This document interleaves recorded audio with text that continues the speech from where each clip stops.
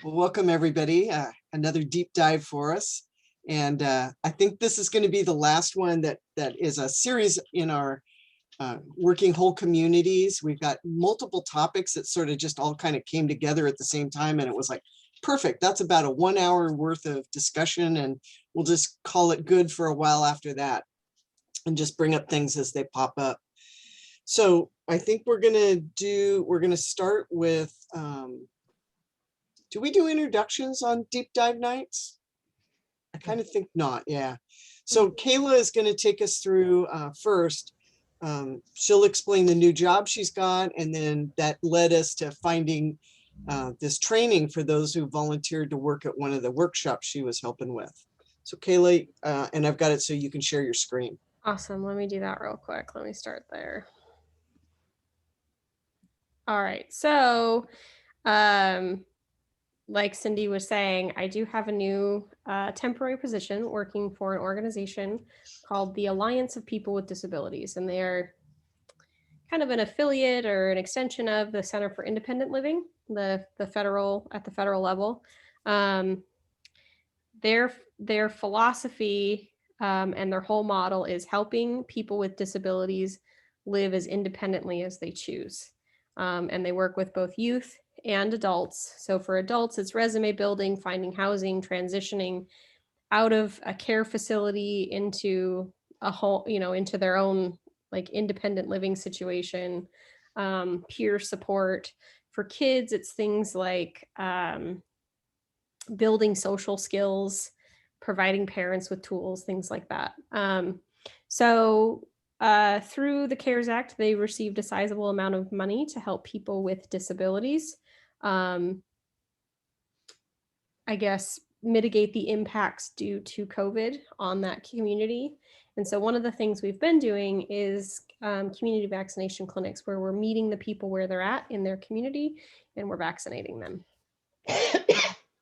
So we've had a few hub volunteers come, and we've had some other volunteers. And so we thought it would be best to put together a kind of just in time training presentation on interacting with people with disabilities in a respectful and dignified manner. So I guess before I start, I'm curious, especially since we have a group of people of varying generations, what are some of the things that you have heard about people with disabilities in terms of like stereotypes or cliches, or things that you believe about people with disabilities? And you don't have to state which it is, but what have you heard? Or when you think about disabilities, what do you think about? Don't answer all at once. Well, I would say for me, what I think about is something to think about.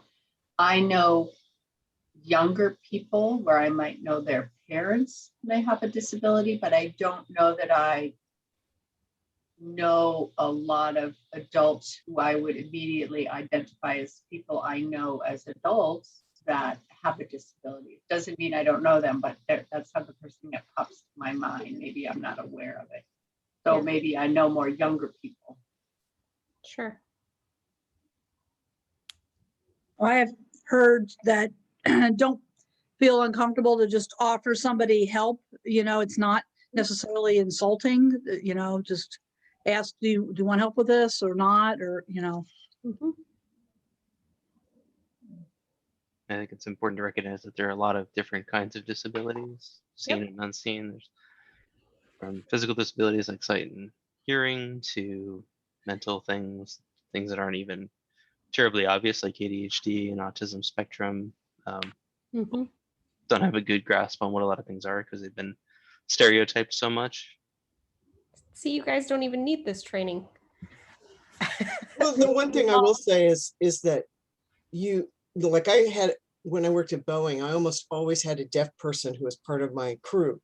And so what you never got to do was to learn to really effectively interact with them, because at Boeing, it was like, you're going to be provided an interpreter and that was it. And so I didn't learn that there were multiple ways, and that ESL is actually a language all unto its own. And so ASL. just lip reading is not the same as truly communicating. Mhm. And so part of it is, you know, the lack of depth of our understanding. So that's why this training is really important. Yep. So just to get some kind of baseline etiquette out of the way in terms of just general all disabilities, how to interact with that community. So kind of dispelling some of the common myths. Disabilities aren't contagious, right? You're not going to catch a disability. And so you'll often see someone maybe with a mobility disability or a developmental disability, and you may feel hesitant to like hold their hand for whatever reason. But, you know, just know, and I think we all do, that disabilities are not contagious. They do have feelings and emotions, obviously, and they can perceive the world around them. So even if they are have a severe developmental or cognitive disability, they're still able to perceive certain things about the world, and kind of they can perceive tension, they can perceive joy, so they can feel those kind of things that we would all feel anyway in a situation.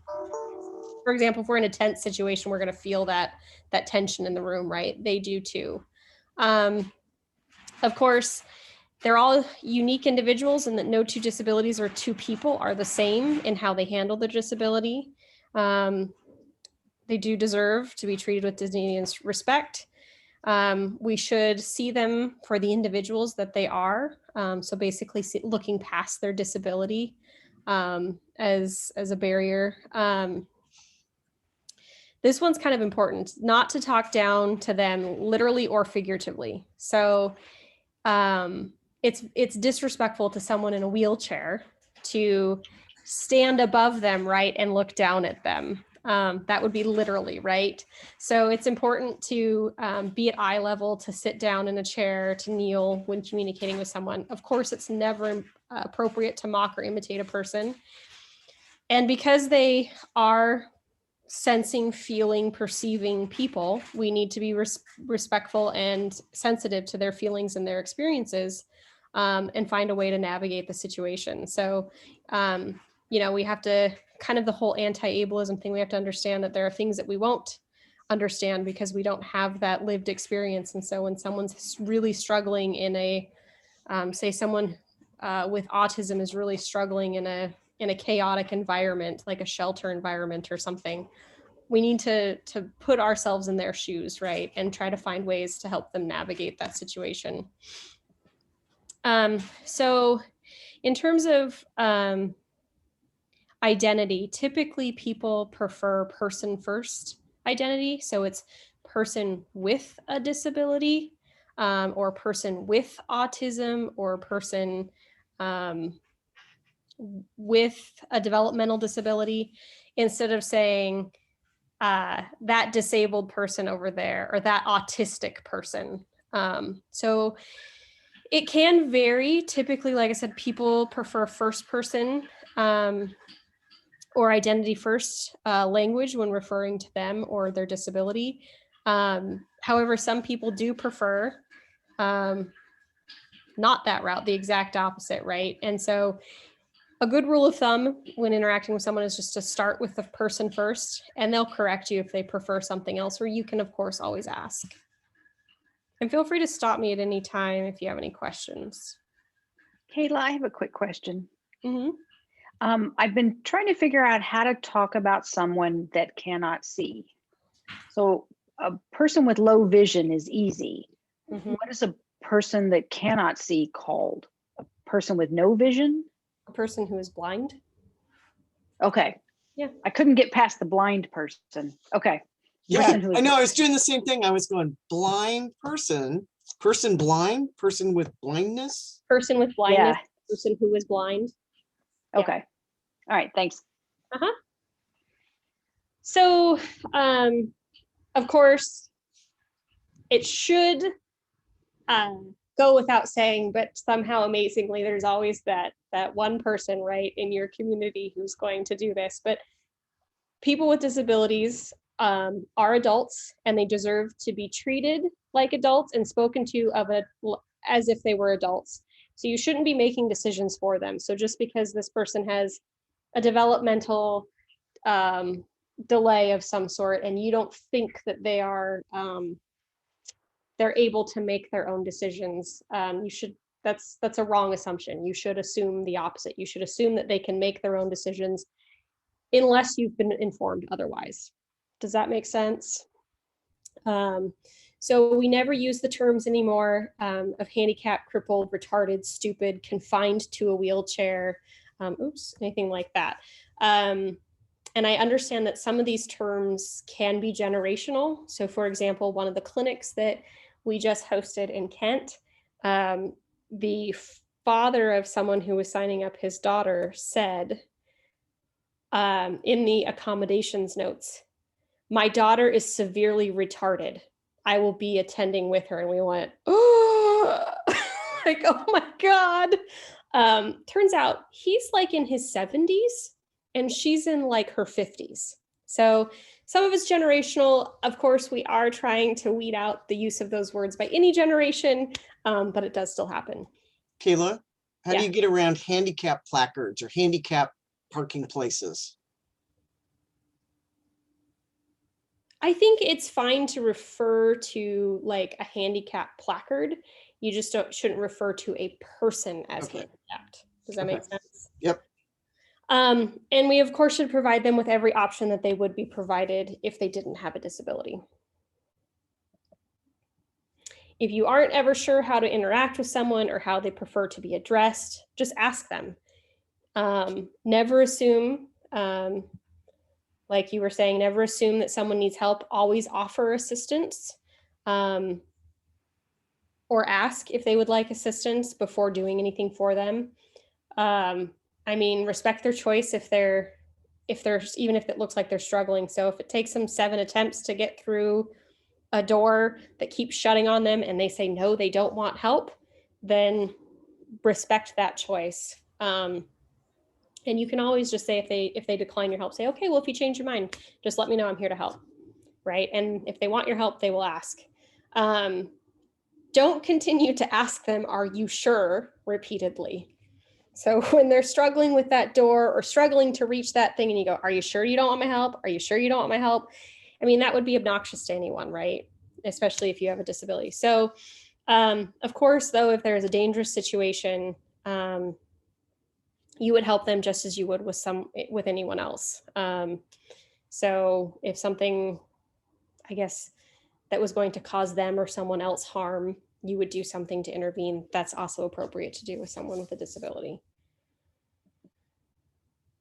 So about personal space, of course, always be respectful of personal space. Know that canes, walkers, wheelchairs, power chairs, scooters, any type of mobility assistive device is considered a part of someone's personal space.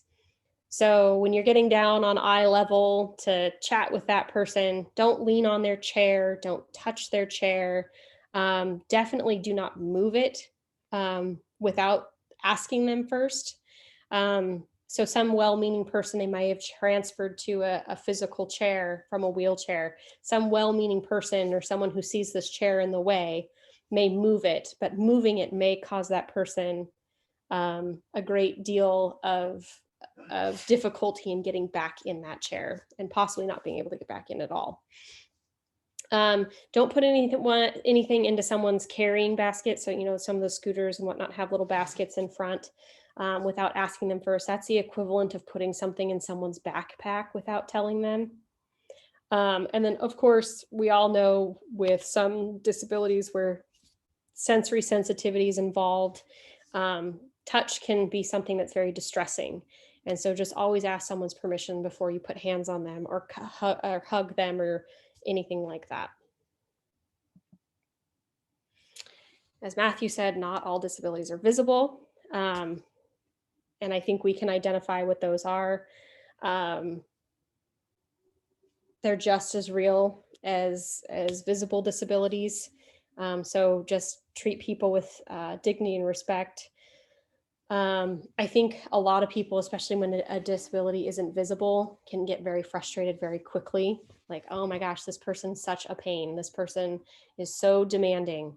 So just always keep in mind The alternative is they very quite possibly might have a disability, and that's why they're asking you to do X, Y, or Z.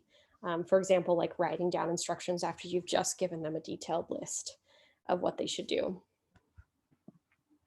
So in terms of disability specific information, this is how to interact respectfully with people who have specific types of disabilities.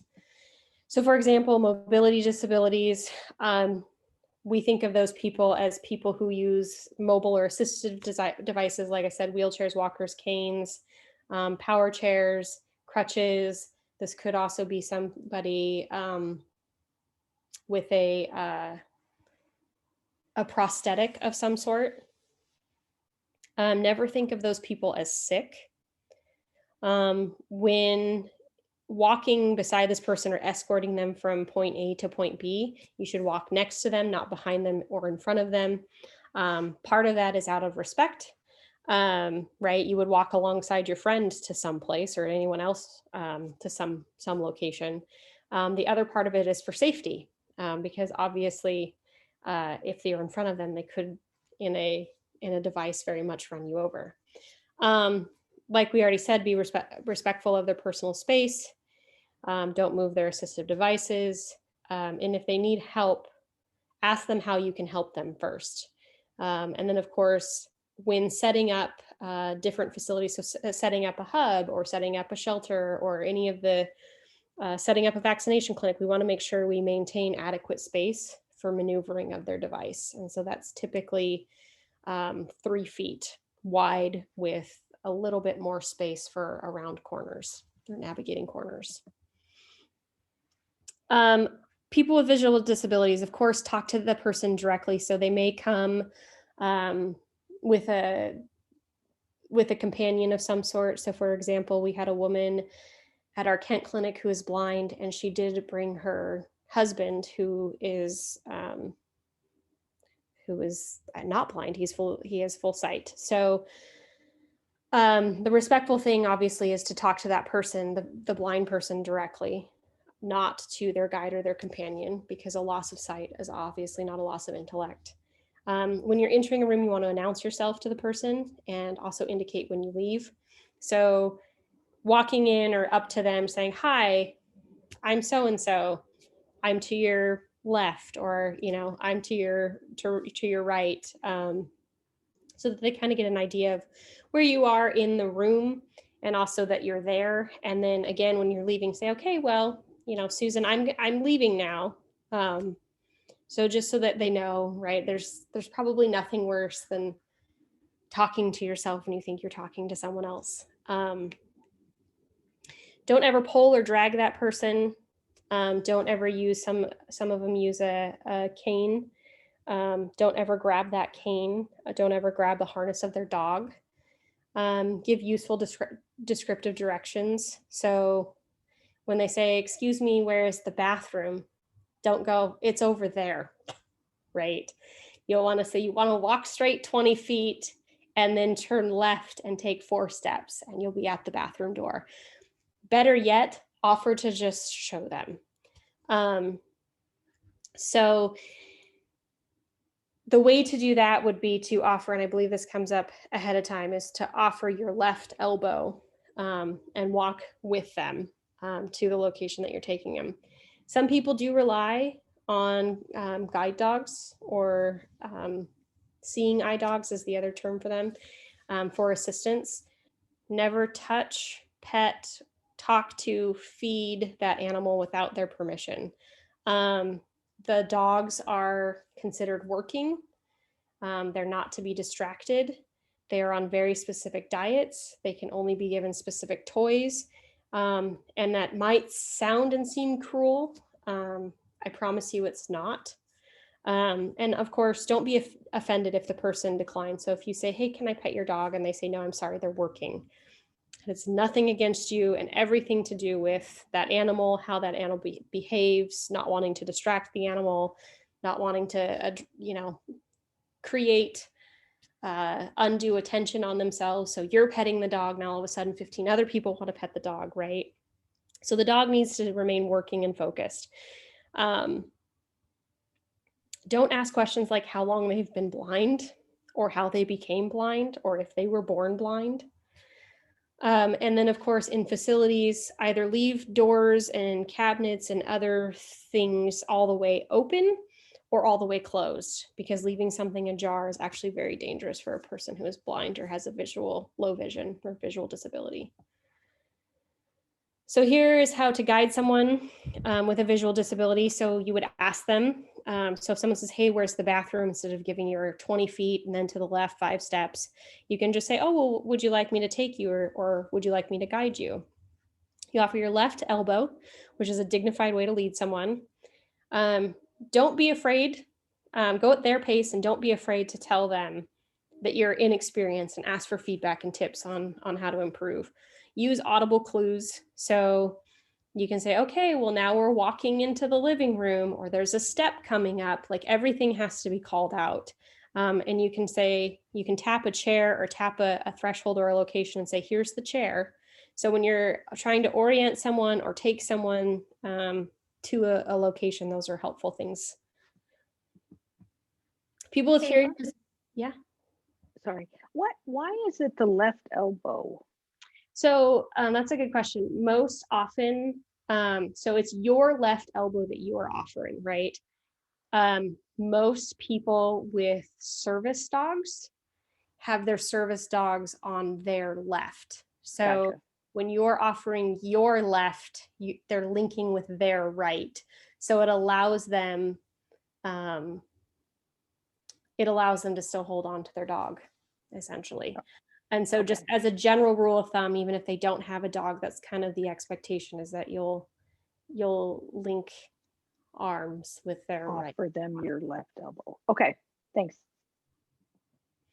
So people with hearing disabilities may not always self-identify. So when we're talking about disabilities, some people will readily self-identify. We say, and we work with at the Alliance, people, seniors, because most seniors will have a disability, whether they choose to acknowledge that disability or not. So for example, my dad uses hearing aids and is hard of hearing, but he would never, ever identify as someone with a hearing disability. So some of the clues are obviously an assistive device. So if you see a cochlear implant or a hearing aid, that's an indication someone has a hearing disability. Obviously, the kind of leaning in and the whole cupping the ear and different cues that indicate someone can't hear you well is usually an indication that they have some form of hearing disability, whether they're willing to admit it or not. So what's often helpful in those situations, especially if you're in a noisy situation, they can't, with their devices, filter out background noise. So it's helpful to take them to a quieter area and have a conversation with them. Some people are often surprised to learn that people who are deaf can speak. However, it can be very difficult to understand them, and it can be very loud, and in some cases it can even sound angry. But that's literally because they cannot hear themselves speak and regulate. So I'm sure we all have that family member who's practically yelling. It's because they can't hear themselves speaking, right? So kind of the same thing, because they haven't grown up being able to hear themselves, they can't regulate the sound, and they never formed the linguistic piece that we all have. American Sign Language, like Cindy said, is its own language. It kind of has a written component to it, but not really. And it oftentimes is used to convey the idea of something rather than the specific words of something. And of course, lip reading is not an effective communication strategy.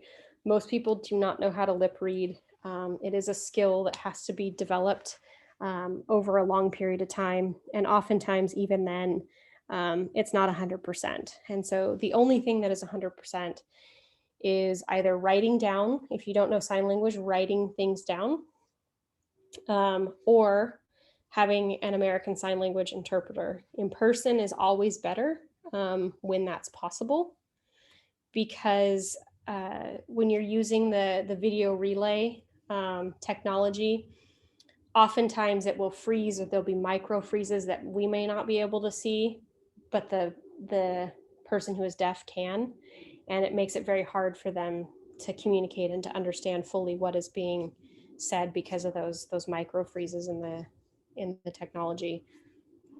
I would hope it's gotten better, but when I was in the ER, that was very much the case, where it was constantly freezing or not connecting to the internet or whatever, cutting out randomly. So you're doing your patient interview and all of a sudden your interpreter's gone. So in person is always best. Like I said, if that's not possible, of course, video relay if you have it. If that's not possible, then writing down notes to each other in exchange, notes in exchange is helpful. We've already talked about, we had a whole presentation on interacting with interpreters. At a high level, speak directly to the person, not the interpreter. Avoid that idiomatic speech like it's raining cats and dogs or piece of cake, or ideas that are, when you're taking something like that, it's raining cats and dogs, and trying to convey that literally in a language that uses a lot of like imagery and kind of expanding on that idea, it can be very difficult, right? What does a piece of cake mean in sign language? Avoid complicated sentences, be very patient. Interpretation takes time, and of course, be mindful of what you say, because it is the interpreter's job to interpret literally everything you say, including the things whispered or mumbled under your breath. So be professional about it. Any questions about that? I know we covered this like way in depth. Well, a quick question about American Sign Language. Isn't there a second way that people with hearing disabilities communicate that's different than the American Sign Language? Like one of them uses more letters and the other one uses more phrases? I'm not aware. Okay. Trying to think. I'm not aware. There could be, I mean, you could be referring to the deaf-blind interpretation, probably uses more letters and spelling things out. Phrases and ideas. There's a sign language alphabet, Yes. but that would be literally just changing the letters. Yes.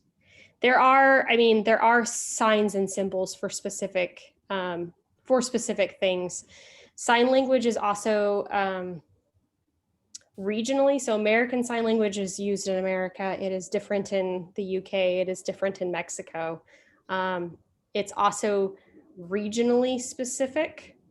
Yeah, but I think Bill was talking about a movement that was back in the 70s. I think that there was a move to, you know, it was sort of like, it was more than dialect. It was a more simplified, and, or like, you know, like how we talked about, let's go to the metric system. And so the hearing loss community really struggled with that. And I think, Bill, they're back to just kind of like ASL is it, but you're right, there is another branch somewhere out there. Thank you. So people with developmental disabilities speak clearly, use simple sentences and ideas to convey a meaning. Don't talk down to them. Don't use baby talk. Let them finish their sentences and ideas. It can often take longer for them to formulate or finish their sentences or ideas. So don't interrupt them. Don't complete their sentences for them or try to complete their ideas for them. It makes them frustrated and it makes them feel rushed. Most people, this is kind of more, I mean, this would be specific to like a hub or any type of new environment, a vaccination clinic or a shelter, right? People with developmental disabilities rely very, very heavily on a routine. And so you have to recognize that in a new environment or altering that environment or that routine can cause extreme agitation and distress. And so that's just something to be aware of and something to think about how you're going to mitigate if those things do arise. Of course, don't nod your head in agreement like you understand if you truly don't understand. Most of them are fairly used to and expect to have to repeat themselves. You can repeat back to them in a summary. So what I heard is, and is that correct? And if you're giving instruction to them, you can also ask them, so just so I make sure that you understand what I said, can you repeat back to me or tell me what I said? And then obviously if there's an error in what they've said, address that. Busy environments can be overstimulating. They can cause fear and confusion.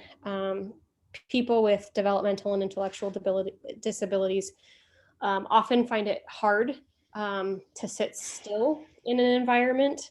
And so they may need space to move around and to roam. And so at a hub, having a space for them to do that, or at a vaccination clinic, right? Having a space where they don't have to just sit still, because that's one of the things they really struggle with, is important. So just considering those things in whatever environment, training, community event that you're going to have. And that's all I have. So hopefully that was helpful. Any other? Thank you, Kayla. Yeah, I stuck the answer to Bill's question in the chat, that there's multiple. Oh yeah, I'm pigeon sign. going to read it into the recorded thing. There's 3 major forms of sign language: standard, and then a pigeon version, and then a signed exact, which is where they spell it all out. A person that, Can I ask a question, Kayla? uh, What would you say would be kind of the most common, I guess, complaints you might call it, that people would express about how they were being treated, so we can be mindful? Are there some common themes? I mean, the common themes that we often hear about is they didn't feel respected. Something wasn't explained to them well enough. Someone talked down to them. Someone didn't take the time, or just any lack of sensitivity around their disability. So for example, Cindy and I were on a call where someone shared their vaccination experience, and they were very frustrated because not once, but twice, at 2 separate clinics, they were questioned about wearing their mask. They had their face shield on, and she had to explain her disability exhaustively to multiple people about why she couldn't, how and why her disability didn't allow for her to wear a mask. So any type of exhaustive explanation in which they have to tell multiple people about their disability. Justification. It's the energy you spend justifying. You're just trying to live like everybody else. Yeah. Yeah. So I would say that those are the major sticking points for people with disabilities. Okay. And I will say pigeon and C, I do know about them. Those are often used between, if they're used at all, from what I remember from my 3 years of American Sign Language in high school, if they're used at all, they're used between friends and in like certain communities or circles. They're almost never used as like an official. Almost everyone knows, almost every person who is deaf and in the deaf community will know at least sign language. And then pigeon and C is kind of their shorthand. But in official communication capacities, it will be ASL that's used. I think the one fear that we all have, and it kind of tags off what Patty asked, is, trying very hard to, if somebody says, well, wait, you're not treating me the way I would expect, where we just have to seize up and go, what did I miss? How did I not, like, I didn't know you were blind. Like I go out with my mom and she's looking straight at someone and they're talking to her, and then they do something and she's like, no, I'm blind. And she's like, Mom, how would they know that? And so Right. You just have to apologize. You just have to say, I didn't realize that, and change. That's the key, is like, once you understand what the situation is, be responsive to what they're looking to have. It's kind of the customer service side of things. As soon as things go sour, how do you recover it, right? And with apologies and a sincere interest in making it better and understanding of how you can make it better goes a long way. Okay, any other questions for Kayla? That was great. Thank you. That was it was, it's in our Google Drive. I'll send the link out to it with the notes and the video. So what am I looking for? I'm looking to share my screen. So we're going to do the second thing that we had intended to do tonight. And somebody give me a thumbs up when it shows up there. There. Okay. Okay. And now if it would just go into slideshow mode, but apparently it's going to be like that tonight. All right, well, we'll just do it this way. So we're going to cover, the next one is the cost of translating materials. I've been working on getting our pandemic signs translated into 6 languages, and Anne's been working on translating our brochures. So we did it 2 different ways, and so we wanted to share with you kind of like the journey so far. So I think what I must have done, I'm going to try this one more time, but it's not letting me go into anything. So I'm happy it's advancing screens at this point. So I used up here at High Point, we have a neighborhood house. They have a neighborhood coordinator who works with all the different language groups in High Point. And so she's helping me get to some of the people in those communities who speak the different languages we're looking for. And so she's been teaching me a lot, and learning to use the right words is sometimes part of it, because I was like going, well, I'm trying not to insult them because it's not like a paycheck and it's not a high amount of money. What is this called? And so the best word that we found is when you're asking someone in the community to do translation for you, and you intend to reimburse them and not take advantage of them unless, it's just a quickie and the person and you just got to get something fast, is to call it an honorarium. And so that everybody sort of recognizes that word as, it may not be full, totally professional rate, but you get some compensation for what is being asked. And the folks that we're working with in that particular community, they don't do this for a living. A lot of them want to do this because it is part of their effort to get better at English. And so they like kind of having this work when it can come to them, but they're sort of slow, and it takes them about an hour to do between 70 to 100 words. So if you think you've got something with more than 100 words, like 100 words is about an hour, and then anything more is above that. Now, again, each of us might find different sources and they might be more proficient. You might have students, for example, who are like, yeah, I can bang that out in minutes. But in this case, in the population I'm working with, it's much slower. And they don't always have, one of them had to go download her native language set so that she could do this because she hadn't done it before. So there's just things that go into the ultimate cost that I offered, which is, I was just thinking, okay, when I got a quote one time, it was a little high. It was 38 cents a word when I factored in the quality checking and the other stuff that the company offered. And so I kind of did a little math, and it came out to $27, but that's such a strange amount. And I went, 25 feels really low, but let's start with that. And that was actually kind of the response that came back. Somebody said, well, I'll be glad to do this for you, but don't bother giving me the $25. It wasn't worth the effort to go collect the money. $25, and Cindy's old enough where it's like $25 is a bunch is money, and $25 doesn't buy you a bag of groceries anymore. So we went ahead and we raised it to 30, and then it just, for some reason, that felt better. So part of this is the magic of who you're working with and what does it take to motivate them, and it's a perception of value question. So that's my last point was, I kind of went, it's only 70 words, 30 feels okay. If it had been 100, maybe 35 would have been more appropriate. So questions about that? It's just, if there's no science I can give you, it's just work with the people, and they're usually happy to help you. And if you say, this is my first time doing this, help me, like she's really good about talking through the perspective of the communities. So then Anne she just is working on our hub brochures and some other projects with translation.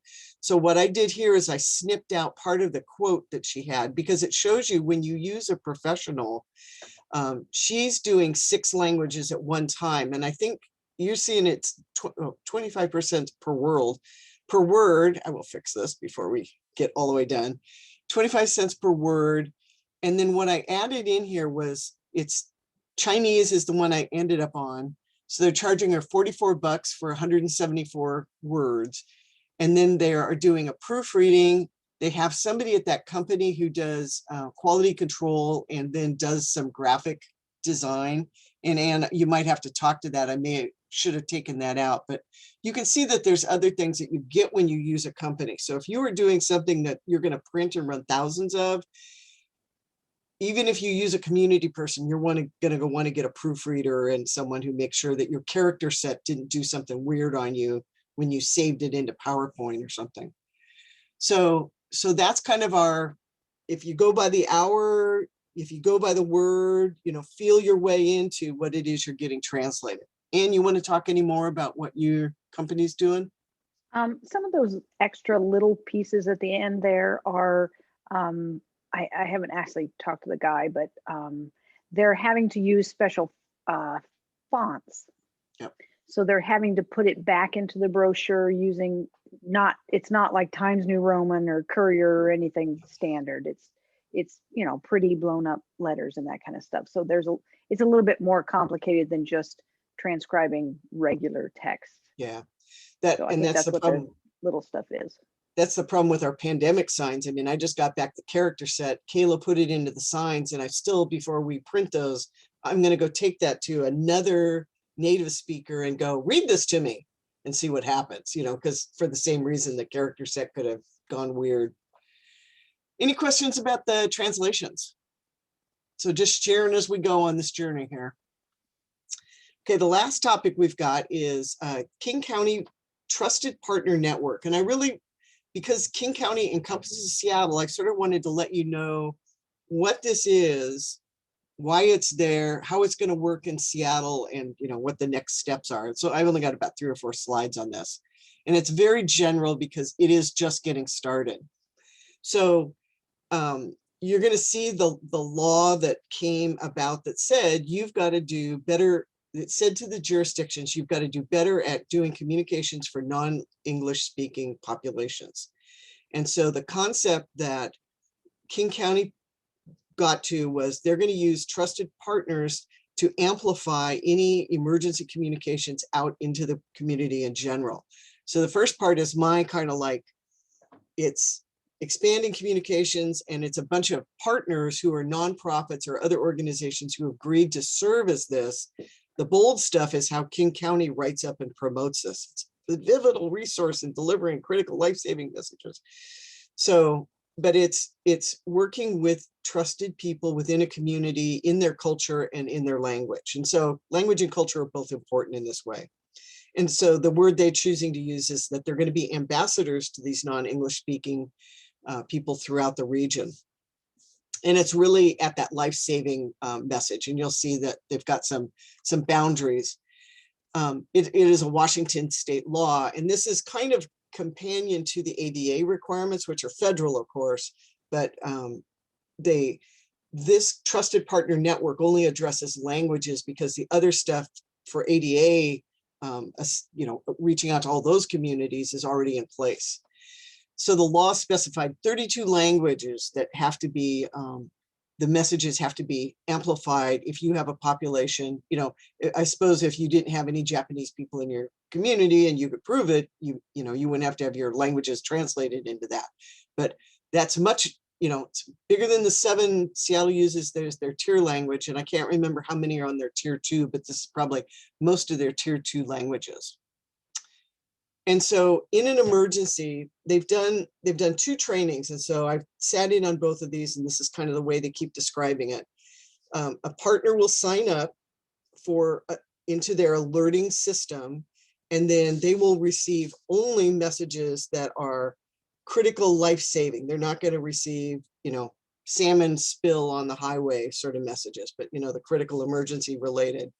And then after they get that first one, they're going to get a second one from the county that says, that message we just sent is one we want you to send out to your community. So it's a double check that people have seen it, and that whoever has agreed to be the trusted partner is actually holding the device that's going to be able to send it out to all their people that they want to through whatever communication channels they've agreed to do it on.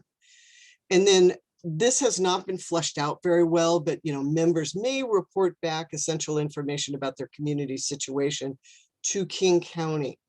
And so they have not figured out how they're doing that. And so that I think is still to be developed. The law says get the information out, tsunami coming or whatever it is. And then I think they want to get their partners on board and then work on that last piece. And then the last slide I have is, so what does this look like in Seattle? Seattle was not at the first 2 training sessions, Office of Emergency Management. The people who have been signing up to go through the trainings have been from outside Seattle, and there hasn't been a lot of recruiting for inside Seattle yet, mostly because OEM says they still have some operational questions to work out with King County. One of those was how often do messages go out?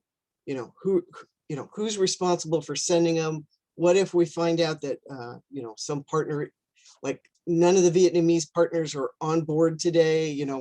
How did the operational kinks get worked out? But they say for right now, they're going to continue to use Alert Seattle, and that's what they want to inside Seattle start moving to, is doing multilingual alerts through Alert Seattle. And then that way people, are not, won't get just life-saving emergencies. They'll get all the normal alerts that everybody else in Seattle gets alerts. So to them, that's a more holistic solution. And so King County's still moving ahead. Seattle is in partnership with them, but has some concerns, and they're just kind of like still trying to work it out. So that's generally what it is. I just wanted to make sure people were aware of what was going around about the requirements to communicate to other cultures and languages. So any questions? Yeah, it's not a very exciting topic, but so that was a pretty short session tonight. I don't know that we've got anything else lined up on, like I said, engaging whole community until we can actually get doing some outreach and start sharing how this is working for all of us. Any other questions for tonight then? Anne, you got anything to add? She's got the other biggest burden with translating and stuff for us. No. Okay. So you guys will get the early announcement. Next deep dive that we'll have in June is where we're going to go over some of the earthquake maps, the building damage, thinking that says, let's go look at our hubs and make sure they're safe, where are they located, and are there hazards that we might not have considered now that we have a damage assessment tool plus the hazard assessment tool. So that's what the deep dive will be doing. We'll look at those by sector. So any other questions? Deep dive? What? When is that deep dive? Oh, it's always the second Tuesday. So that would be June the 8th. Okay. And of course, I'll send a meeting notice out and stuff. And we'll briefly mention that at our very short Hub Captains meeting on May 27th. So hopefully you guys are going to the webinar. I can't wait to see what happens. I hope they get a million people watching. I mean, that would be just fantastic. So. And you're going to make these slide decks available? Yeah, this Kayla's is already in there, and I'll send the link out, and this one will be in there too, and I'll put that link in there as well. I'd just like to know what all 32 languages are. I didn't have time to write them down. Oh, okay, sure, yeah. I can always just send it to you too if you're super curious, but it'll be up there. I have to download the video, so we're leaving on vacation tomorrow, so it's like all the stuff I got to do tonight. So it'll be there before I leave tomorrow. So. Okay. Anybody else? Anything? All right, we'll get out early. Thank you very much for joining in. Thank you. Oops, stop Good night, sharing. everybody. Bye, everyone. Good night. Thank you. Cindy, before you leave. Hang on, I'm turning off the recorder here. Yep. Maybe, just a minute. There we go.